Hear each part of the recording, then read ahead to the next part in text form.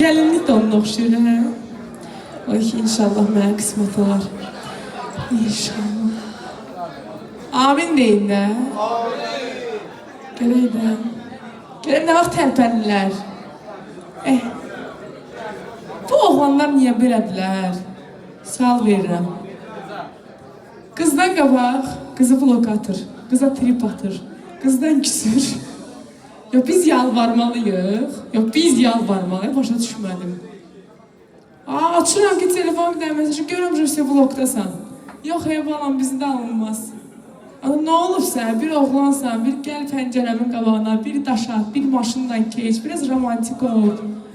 Hə, neyniyim, gəlib görüm səni, bəlkə sən gəlib görəsən məni. Bəli, əziyyət çək, gəl gör. Niyə görmürsən ki? Sözü attın, tutan tuttu da yəni. Hə.